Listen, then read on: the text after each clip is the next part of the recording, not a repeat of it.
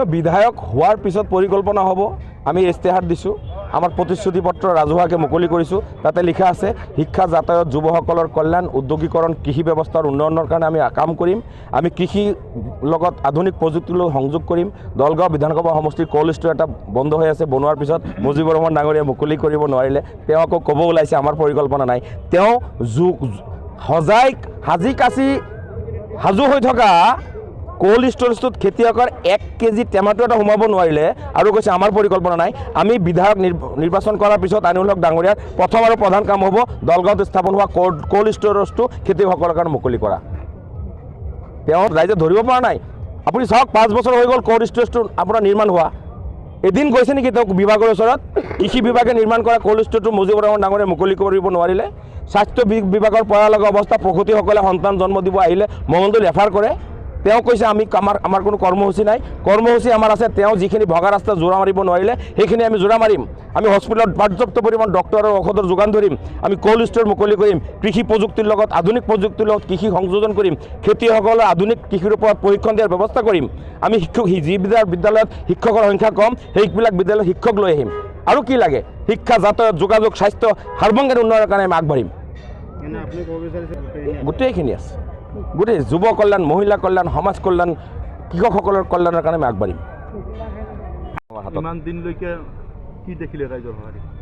চাওক, জলগাঁও সমষ্টিৰ চৌদিশে দেখোন গোটেই আইনুল হক ডাঙৰীয়াৰ এটা ব্যাপক প্ৰচাৰ আৰু উৎসাহ, য'ত মানুহৰ উৎসাহ উঠিছে, উৎসাহৰ ঢল উঠিছে। আৰু মানে নিৰ্বাচনটো যে কি নিৰ্বাচন চলি আছে আমি এতিয়া মানে নিজকে ভালকৈ বিশ্লেষণ কৰিবলৈ জটিল হৈ গৈছে। দলগাঁও বিধানসভা সমষ্টিৰ কংগ্ৰেছৰ ব্লক কংগ্ৰেছৰ 2গৰাকী সভাপতি, এই নিৰ্দলীয় প্ৰাৰ্থীগৰাকীৰ 2গৰাকী মুখ্য চালাহকাৰ যিটো পৰামৰ্শদাতা, আপোনাৰ মোৰ লগত থিয় হৈছে 2গৰাকী আঞ্চলিক পঞ্চায়তৰ সভাপতি, বেচিমাৰী আঞ্চলিকৰ সভাপতি হামিদুৰ ৰহমান ডাঙৰীয়া, দলগাঁও শিয়ালমাৰী আঞ্চলিক পঞ্চায়তৰ সভাপতি ছালমা চুলতানা, ZPC মেম্বাৰ শাহনাজ নীলুৰা, ইয়াছমিন, ৰেকিবুদ্দিন আহমেদ, মহিবুদ্দিন আহমেদ আমাৰ লগত আছে। 29গৰাকী মণ্ডল কংগ্ৰেছৰ সভাপতি আছে, ইউথ কংগ্ৰেছৰ প্ৰেচিডেণ্ট আছে, NSYৰ প্ৰেচিডেণ্ট আছে, সেৱা দলৰ সভাপতিয়ে নিৰ্দলীয় মিটিঙত ইউনিফৰ্ম পিন্ধি কাম কৰি আছে। গতিকে নিৰ্বাচনটোৰ বিশ্লেষণ দিওঁতে খুব জটিল। মানে এনেকুৱা নিৰ্বাচন দলগাঁও সমষ্টিত 2006 চনতো হৈছিল। 20 বছৰ পিছত পুনৰবাৰ এইটো কংগ্ৰেছৰ উদ্ধাৰ কৰাৰ এটা অভিযান যেন আৰম্ভ হৈছে। কংগ্ৰেছ দলৰ প্ৰাৰ্থিত্ব বিচাৰিছিলোঁ আমি কেইবাগৰাকীয়ে, দলে মিত্ৰতা কৰি এগৰাকী প্ৰাৰ্থীক দিলে, যিগৰাকী প্ৰাৰ্থীয়ে পৰিৱেশ এটা সৃষ্টি কৰিব নোৱাৰিলে নিৰ্বাচন খেলিবলৈ। তেওঁ যিখিনি প্ৰয়োজন আছিল, যিটো পৰিৱেশ সৃষ্টি কৰাৰ প্ৰয়োজন আছিল সেইটো সৃষ্টি কৰিব নোৱাৰিলে। আমি দেখিছোঁ, আপোনালোকে নিশ্চয় এইটো আপোনালোকে এটা নিশ্চিতভাৱে লক্ষ্য কৰিছে যে আজিজুৰ ৰহমান ডাঙৰীয়াই মুজিবুৰ ৰহমান ডাঙৰীয়াক ফেৰ মাৰিবলৈ ইলেকশ্যন খেলা নাই। তেওঁ যেন কিবা প্ৰকাৰে মুজিবুৰ ৰহমান ডাঙৰীয়াক পুনৰবাৰ বিধায়ক বনোৱাৰ এটা অভিযানত নামি পৰিছে। সন্দেহ হৈছে আমাৰ। সফল হ'ব? চাওক কেনেকৈ সফল হ'ব। নিৰ্দলীয় প্ৰাৰ্থী আইনুল হক ডাঙৰীয়া আজিৰ তাৰিখত 70,000 ভোটৰ ব্যৱধানত বিজয়ী হৈ আছে।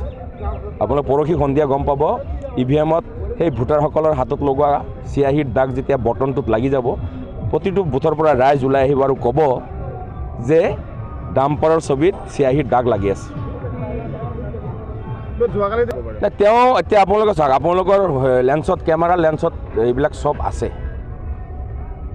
কেইবাগৰাকী এই অঞ্চলৰ সমাজ সেৱক, ছাত্ৰ সংগঠন, সংখ্যালঘু সংগঠনৰ নেতাই দিনত আজিজুৰ ৰহমান ডাঙৰীয়াক গামোচা পিন্ধাই ৰাতি মুজিবুৰ ৰহমান ডাঙৰীয়াৰ হৈ ঘৰে ঘৰে গৈ নিৰ্বাচনী প্ৰচাৰ কৰাৰ প্ৰমাণ পত্ৰ আমাৰ হাতত আছে। আজিজুৰ ৰহমান ডাঙৰীয়া আৰু মুজিবুৰ ৰহমান ডাঙৰীয়াই একেটা টিম, দিনত আজিজুৰ ৰহমান ডাঙৰীয়া, ৰাতি মুজিবুৰ ৰহমান ডাঙৰীয়াই কাম কৰে। আৰু আজিজুৰ ৰহমান ডাঙৰীয়াৰ হৈ মুজিবুৰ ৰহমান ডাঙৰীয়াৰ যিটো টিমে কাম কৰে, সেই টিমটোৱে দলগাঁও সমষ্টিৰ 2 লাখ কংগ্ৰেছী ভোটাৰক টাৰ্গেট কৰিছে।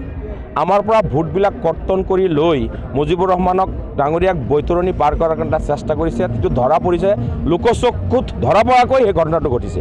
গতিকে আমি 2 লাখ জিলা পৰিষদৰ সদস্য 4গৰাকীয়ে যিটো ভোট পাইছিল, সেই ভোটটো যদি আপুনি যোগ কৰে প্ৰায় 2 লাখ ভোট কংগ্ৰেছী ভোট আছে। সেই ভোটাৰসকলৰ ভৱিষ্যত সুৰক্ষাৰ স্বাৰ্থত, 3গৰাকী জিলা পৰিষদৰ ভৱিষ্যত সুৰক্ষাৰ স্বাৰ্থত, আমাৰ 26গৰাকী আঞ্চলিক পঞ্চায়তৰ ৰাজনৈতিক যিটো ক্ষমতা, গণতান্ত্ৰিক যিখিনি ক্ষমতা নিৰ্বাচিত প্ৰতিনিধিয়ে ভোগ কৰিব লাগে, সেইটোৰ স্বাৰ্থত আমাৰ 29গৰাকী মণ্ডল কংগ্ৰেছৰ সভাপতিয়ে দিন ৰাতি একাকাৰ কৰি কষ্ট কৰি আছে।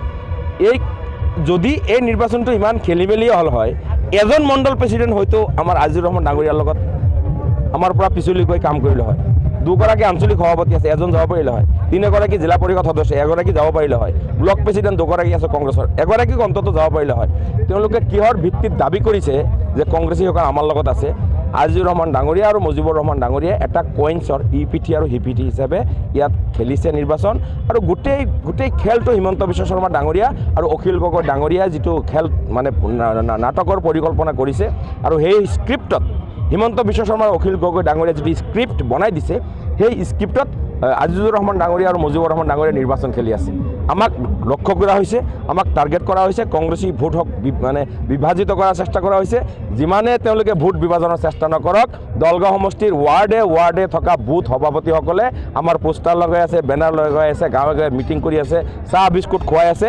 364 গৰাকী বুথ প্ৰেচিডেণ্ট অহাকালি আৰু আজিৰ দিনটোত তেওঁলোকে গাঁৱে গাঁৱে আমাৰ কাম কৰিব, ৰাইজক ধৰি ৰাখিব, আৰু অহা 4 তাৰিখে আইনুল হক ডাঙৰীয়াই ব্যাপক ভোটত আপোনাৰ 70-80 হাজাৰ ভোটৰ ব্যৱধানত বিজয় সাব্যস্ত কৰিব।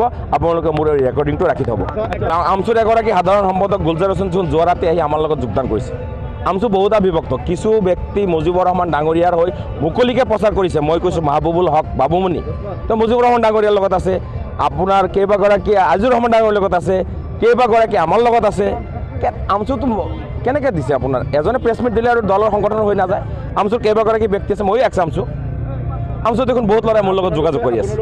মিত্ৰতাৰ ধৰ্ম ৰক্ষা কৰা আমাৰ প্ৰয়োজন আছিল, কিন্তু মিত্ৰতাৰ ধৰ্ম ৰক্ষাৰ কাৰণে মিত্ৰ দলৰ 2 গৰাকী নেতাই আমাৰ দলগাঁও বিধানসভা সমষ্টিৰ প্ৰাক্তন বিধায়ক ইলিয়াছ আলী ডাঙৰীয়াকে আদি কৰি কোন গৰাকী ব্যক্তিৰ লগত এই বিষয়ত আলোচনাত মাতিলে বা বহিলোঁ, আপুনি কোনো প্ৰমাণ দিব পাৰিব? আজি ভৱনৰ সন্মুখত প্ৰেছ মিট কৰি আছোঁ, তাৰ ভিতৰৰ পৰা ওলালোঁ। যিহেতু আপোনালোকে নিৰ্দলীয় পক্ষ লৈছে, কংগ্ৰেছ হাইকমাণ্ডৰ ওপৰত আপোনালোকে লৈ কিবা আলোচনা হৈ আছে, আলোচনা হৈ আছে। তেওঁলোকে কিছু কথা কৈছে, কিছু কথা ৰাখিব পাৰিছোঁ, কিছু কথা ৰাখিব পৰা নাই। পৰৱৰ্তী সময়ত দলে যিটো সিদ্ধান্ত ল'ব সেই সিদ্ধান্ত মানি ল'ম। ছাছপেণ্ড কৰিলেও কৰিব। আমি অহা কেইদিনমান পিছতেই লোকসভা নিৰ্বাচন হ'ব। দলগাঁও বিধানসভা সমষ্টিত প্ৰায় 2.5 লাখ ব্যক্তিয়ে লোকসভা নিৰ্বাচনত ভোট দিব, আৰু সেই ভোটখিনি মণ্ডল সভাপতিসকল, বুথ সভাপতিসকল, আঞ্চলিক পঞ্চায়তৰ সভাপতিসকল, জিলা পৰিষদৰ সদস্যসকল, কাউন্সিলৰসকলে আনি দিব লাগিব। আমি তেওঁলোকৰ সিদ্ধান্তত আমি হুকুমৰ গোলাম হিচাপে কাম কৰি আছোঁ।